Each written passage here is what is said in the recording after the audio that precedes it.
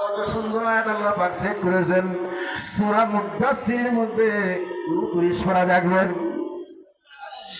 ওই জাহান্নামবাসীর মধ্যে ও জান্নাতবাসী ভাইরা ভালো করে শোনো, আমরা জাহান্নামে এসেছি, আমাদের বড় কোনো অপরাধ নাই।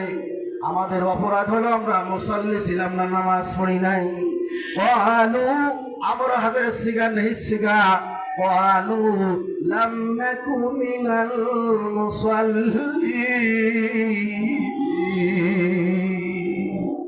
ও ভাইরা চোখের পানি ফেলে কান্দো, আল্লাহর কাছে মাফ চাও, ক্ষমা চাও, তওবা করে ফিরে এসো।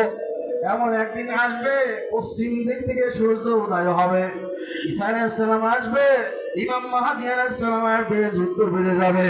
ঈসা নবীর চোখের এমন জ্যোতি আল্লাহ পাক দিয়ে দেবে, যার দিকে তাকাবে ধস করে সে মৃত্যুমুখে পতিত হয়ে যাবে। কোনো কাফের থাকবে না, ইমানদার ছাড়া এই দুনিয়ায় কেউ থাকবে না।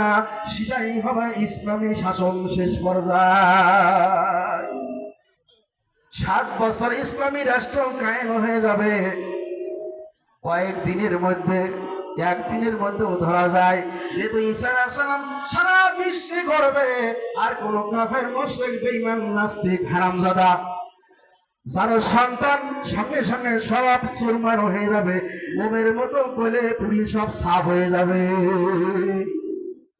আরে মিয়া, হাদিসের কথা আপনি যদি বলেন নাই হুজুর, আপনি দলিল নিয়ে আসেন, আপনি ওয়াসিয়ত করলেন, কাফের হলেন, আমার কি হবে?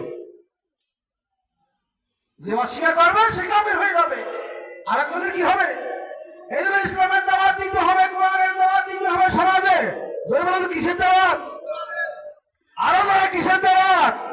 ইসলামের দাওয়াত, কোরআনের দাওয়াত, আল্লাহর দাওয়াত, রাসূলের দাওয়াত, কালিমার দাওয়াত, কালিমার পতাকার দাওয়াত।